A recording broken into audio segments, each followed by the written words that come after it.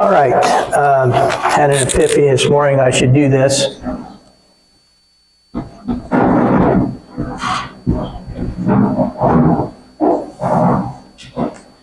Okay, so we're in chapter 4 of Romans, and I got thinking a little bit this morning, is like, when I read this, I put this all of Romans, but yeah, all of it, in context of God's covenant promises to Israel and specifically to Abraham. So now in chapter 4, Paul is very specifically building this context to show what God always has been doing and is still doing. Okay, and sometimes, very often actually, especially in chapter 3 of Romans, gets taken out of that context and put into a contemporary context of we're sinners, which is true, but that's not the full context.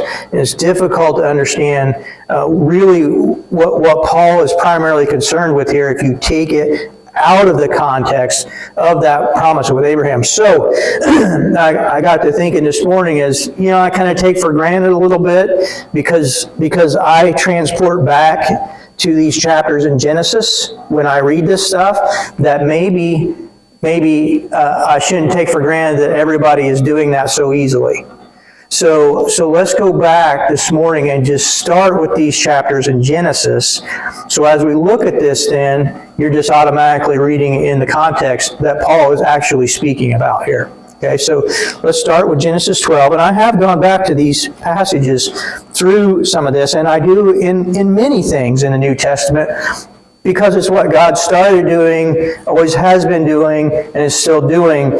We can go back and find the origin of these promises that he's acting upon and fulfilling right here. So, Genesis 12, I'll read a few verses there. Let's see, I wrote down the verses I want to read. I went and looked at 1 through 9 here.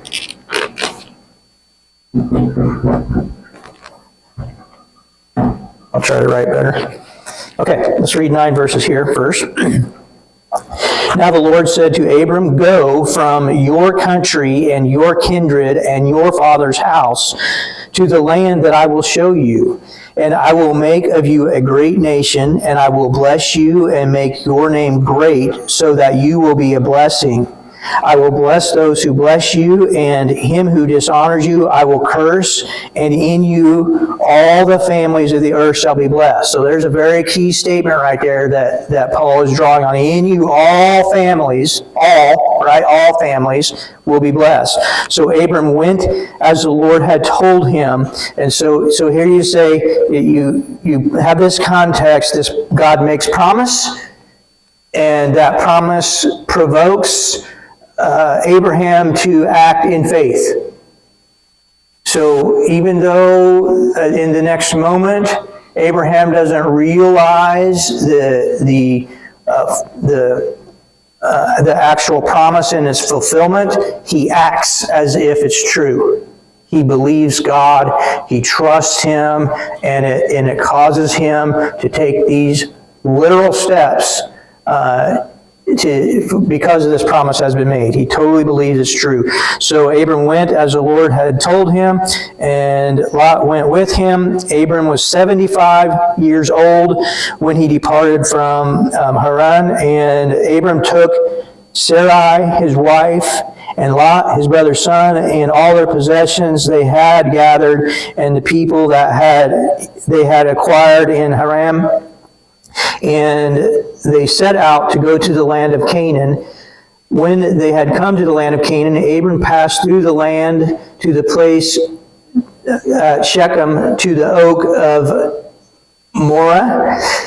At that time, the Canaanites were in the land. Then the Lord appeared to Abram and said, "To your offspring I will give this land." So he built there an altar to the Lord who had appeared to him.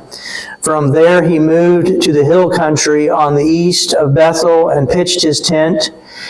with Bethel on the rest of Ai on the east, and there he built an altar to the Lord and called upon the name of the Lord. And Abram journeyed on, still going towards the Negev. Okay, so there's the start of things, is God said this, how's it going to come about, when's it going to come about, what's it going to look like, not quite sure how that's going to play out, but Abraham trusted God. And said, because I trust God in this plan, I'm going to walk away from my home and do what God tells me to do. Okay, so it's this two-sided covenant where Abram responds, literally responds to it. Okay, so 15, let's just read a few verses here. This is important. 1 through 6.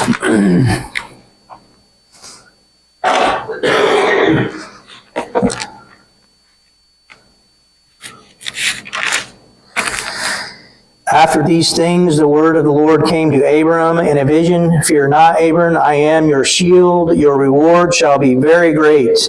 But Abram said, O Lord God, what will you give me?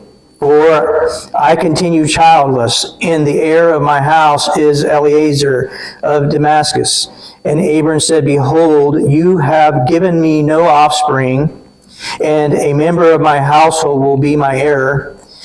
And behold, the word of the Lord came to him, This man shall not be your heir, your very own son shall be your heir. And he brought him outside and said, Look towards the heaven and the number of the stars, if you are able to number them. Then he said to him, So shall be your offspring. And he believed the Lord, and he counted it to him as righteousness. Okay, so he believed and he trusted him, and that trust, that belief resulted in him continuing to act in conjunction with God's promise, and he counted it to him as righteousness. This verse here comes up in our text today in Romans. Now, Genesis 17, I couldn't decide how much to read. Really, you need to read the whole thing, but I don't think we're going to do that. But you should do that to go back to this as context. So let's just read a few verses here. When Abram was 99 years old, and the Lord appeared to Abram and said to him, I am God Almighty, walk before me and be blameless, that I may make my covenant between me and you, and may multiply you greatly. Then Abram fell on his face, and God said to him, Behold, my covenant is with you, and you shall be a father of multitude of nations. No longer shall your name be called Abram, but your name shall be Abraham. For I have made you the father of a multitude of nations. So maybe we'll stop there and you all can read the rest of that on your own to understand that the context of Romans as Paul is speaking about the righteousness of God, which is his own purpose and fulfillment of this covenant. He is righteous in this, in that God fulfills this covenant that goes all the way back to the beginning, even though Israel never kept their side of the covenant. But God's righteousness will not be impugned. Okay? He is going to figure out how to do this, even though the other side of the covenant has failed. Right? This is a problem that's being worked out. So that's context here in what we're talking about. And so as we get into chapter 4 now, we'll start reading here and commenting as we go, and you all can ask questions or straighten me out, whichever you need to do. What then shall we say was gained by Abraham, our father, according to the flesh? Now, backing up, right, the Jews had this problem of, they kind of, in their thinking, They were the elect, they were the covenant people, and they had this status before God. And in their mind, the reason they had status is because God, one, He gave them this covenant, and two, He gave them this law. And what we say, the law describes two things. It describes what you're going to look like as a promise when you follow God, but it also shines a light on your sin, that it is sin because you're not following God. It does both of those things. Okay, so but in their mind, just because they're Jews, they're this elect people, God gave them the Torah. When I say the Torah, I mean the first 5 books of the Old Testament. The law, that's when you say the law, that's what they're talking about. They have it. So I thought that makes us unique among all people, and our uniqueness is that, we have this position before God. And Paul's saying, true, you have the covenant, true, you have the law, untrue, this is not what establishes your position before God. That's not it. Okay? So he's correcting them here. Verse 2, for if Abraham was justified by works, he has something to boast about. Well, the Jews are boasting about their adherence to the law that they had, but not before God. For what does the Scripture say? Abraham believed God, and it was counted to him as righteousness. So you see there, we just saw that, right, in Genesis. Now to the one who works, his wages are not counted as a gift, but as his due. And to the one who does not work, but believes in him who justifies the ungodly, his faith is counted as righteousness. Just as David also speaks. So let's come back to that. Let's stop right there and just look at this. So the works of the law, or having the law, is not the basis for Abraham's justification. So you think about who was Abraham. This is how I think of the picture that Paul is developing here. Is one of these we talked about in a timeline from Adam and Eve to this very day. There's been idolatry, so we're without excuse. That's what the Jews believed about the Gentiles here. They agree with that, probably. But then you have the Jew who has, in their mind, a different situation. There was a timeline here from the law, when they received the law, to this day, and in their mind is like, then they're the elect. They misunderstood the purpose of their election. Again, election, and God's intent was that they become a people through whom all people would come to God. But for them, it was they are a people that are God's. Two kind of different things in what they thought and what when you trace this back in history to Genesis, what is the actuality? Okay, so for them, it started right here when they received Torah. The law, the first 5 books, the Pentateuch of the Bible. Okay, and in the law, and Paul says here, some point we'll get to it. This is chapter 3. He says in chapter 3 that the law and the prophets. So now you have the first 5 books, and then the prophets also. They give testimony to. They do say and point to this as a pointer of some of this is included not just as we think the 10 Commandments and then all the other hundreds of commandments, but it's also the promises in there, right? Genesis. So it's both. Promises in there, you just misunderstand promise. So now what Paul is doing is saying, you're only thinking from here on. Receive the Torah of Moses, right? When that happened, right? That's what they're thinking, Moses. is when they received that. But God's saying, no, think a little bit earlier. Come back here. There was a point in time when I came back here and I had a relationship with Abraham. That's when you need to be thinking about Abraham. This came later. My purposes didn't change and become different at this point. They become clarified in some ways. But Abraham, what's the situation with Abraham is where he's going back to. And he's saying, now, you know what? You can go back to there. Paul saying, you can go back to there and say it's always been that. It's always been just like that. This just brings some clarity to it right here. They give witness to what it was.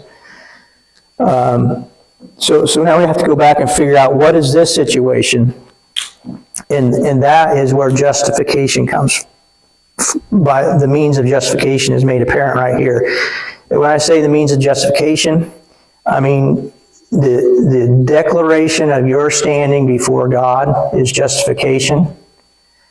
Justification is, okay, now I declare you to be a member of the covenant people of God for all of eternity. That's what he's talking about. Okay? And I'm getting a little bit off track here, but it's making me think of things when I say this, because one of the major competing ideas that comes up in evangelical Christianity a lot is, what is justification? So, justification in some people's understanding often is thought to be something more like, well, I'm not going to hell and I am going to heaven.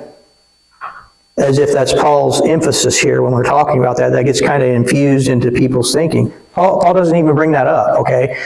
What he's concerned about is that now when you're justified, God makes this declaration just like he did with Abraham, who, by the way, was Abraham a Jew?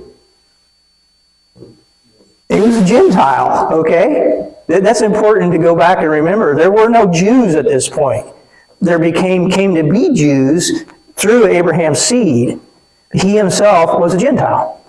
Okay, so another little off track there thing, but something important to understand as we'll get into this. So here, just like for Abraham, all of a sudden now, because Abraham had faith, he heard a specific promise for God. He believed that promise. He trusted that God would follow through no matter what happened, even if he didn't understand it. And we find out here in Genesis, he didn't understand. He's like, how's this going to happen, God? I know you said it's going to happen. I believe it's going to happen, but man, am I confused. How could this happen? I'm 100 years old, and my wife is old too, So how could this happen? But that that lack of understanding about how that could happen did not stop him from taking these steps to leave his homeland. It didn't stop him from taking every next step to follow God because he trusted God. And so with that kind of faith, not that he was perfect, we can go back and find specific sins that he committed, stupid stuff he did, but he trusted God. It provoked that trust, provoked his actions in life, and he stayed with God. And so God says he was justified in that, which means I make this declaration. And for Abram, it was the beginning. You're the beginning of the eternal covenant people of God who will be with him for all of eternity. Okay? So the issue here in this covenant is to create this group of people. That's the issue. That's the promise that in the righteousness of God that he will stay true to. He's going to do that in spite of the failures of people on the other side of the covenant. Okay? So we got to go all the way back here, not let the Jews stop. We got to take a jump back here to this Gentile guy, Abram, who eventually gets his name changed to Abraham. One of the words that gets used here, Abraham believed God and it was counted to him as righteousness. Again, righteousness is all right, you're in. You are the people of God, the covenant family of God, and your faith is the badge, it's the card carrying thing we said. Tom brought a card for us this morning. He's got a green card that shows his citizenship in heaven. You going to share that with us? Or he shared it with me this morning. Okay, so we all have one of those if we're in Christ, and it's faith. You got one of those? Faith is that card. And the language he used here is he counted it to him, and this is a counting language, right? You might have reckoned in here, reckoned. But so your God counted it to him. He put something in the positive ledger, right? The credit ledger of the accounting spreadsheet, the bookkeeping here, and he said, there it is, it's right there. And this, your faith is the sign that it is actually there. That you have been moved from not the people of God to the people of God eternal. So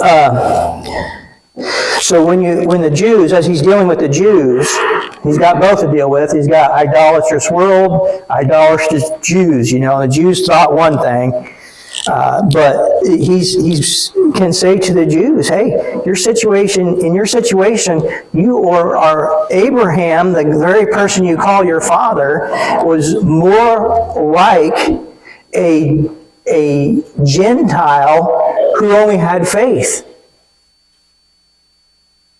He didn't need anything else. He didn't need what was revealed to you later through Moses for his justification or his reckoning of righteousness to be true. It was faith, his trust in God, his following of God that was continuous for him. So this is the case that is being made. You need to be more like your father Abraham, who was more like a Gentile who didn't know anything about the law than what you are right now. So all the way from the beginning, it's been about this, about trusting God and being faithful to Him as a response. That's what it's always been. Okay, Paul throws in a psalm here, verse 6. Oh, I should slow down. Any questions or thoughts? Anything that's shocked you of what I've said and should be challenged?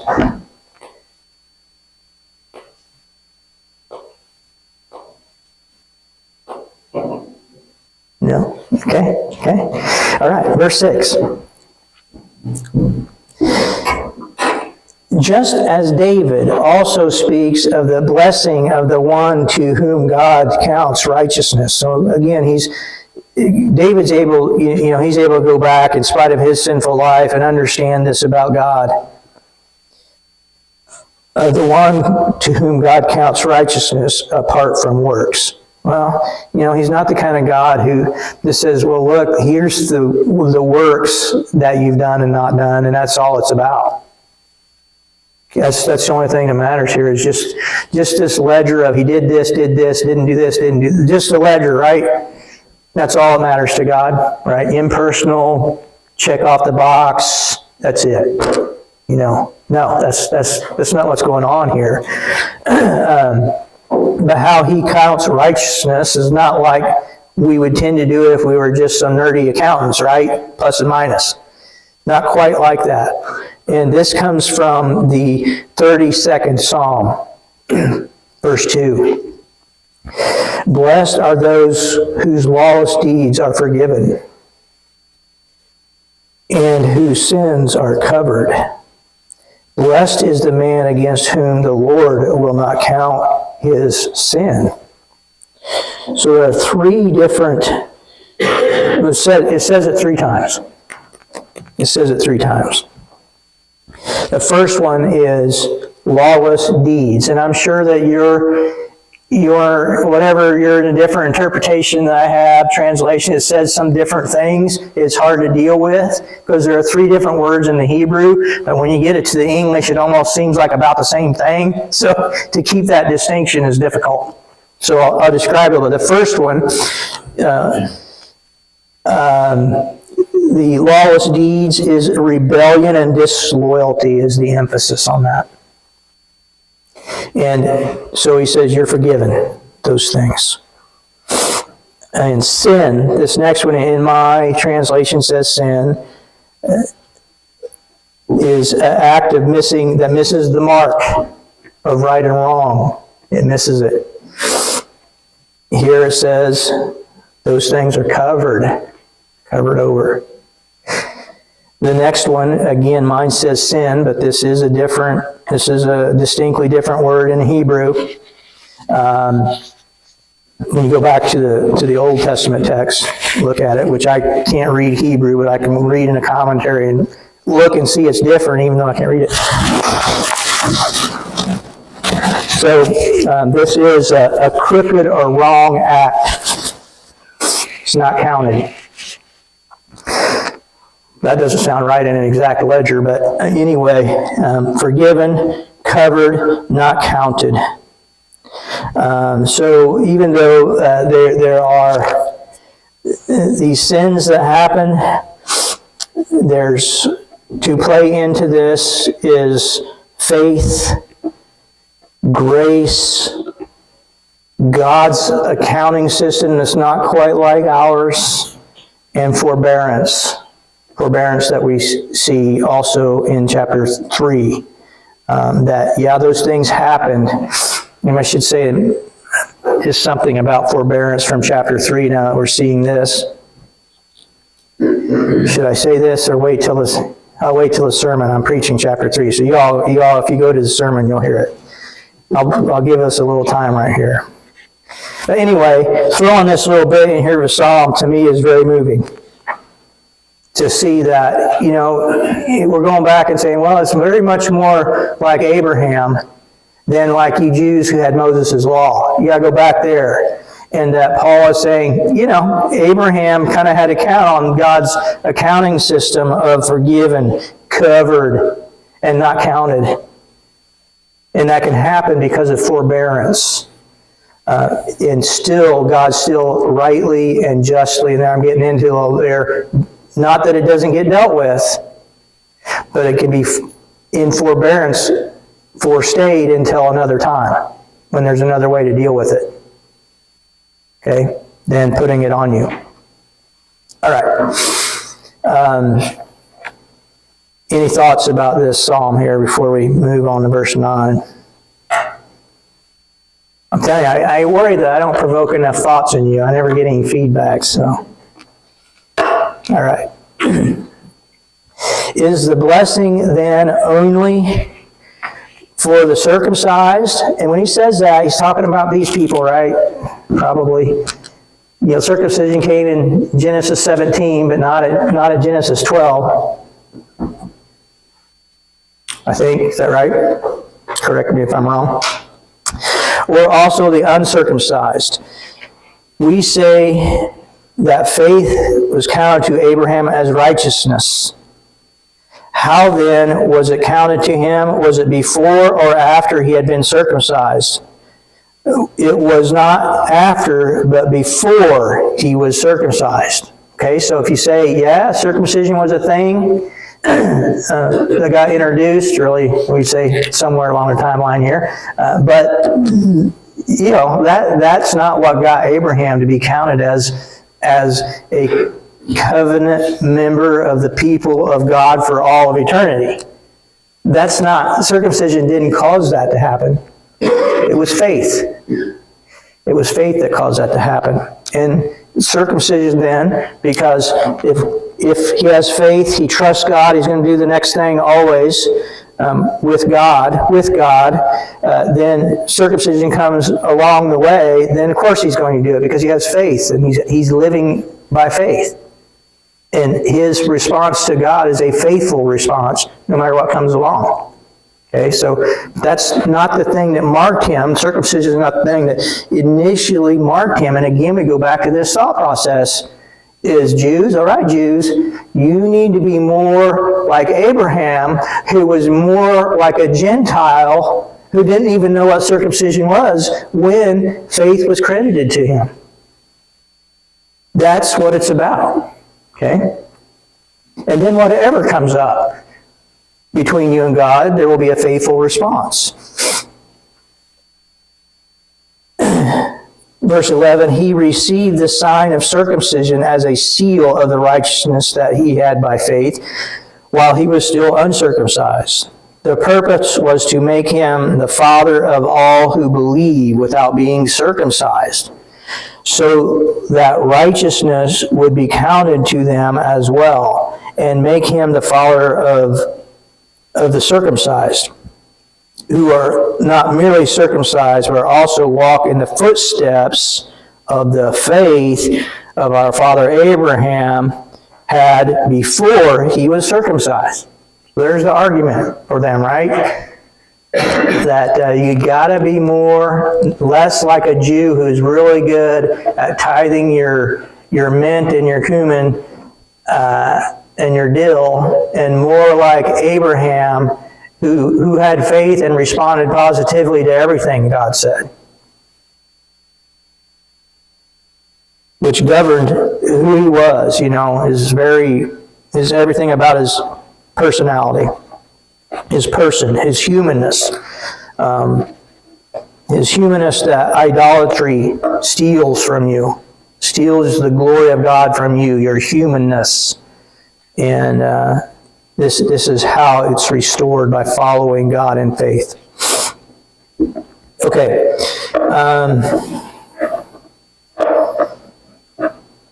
Let's see where we're at.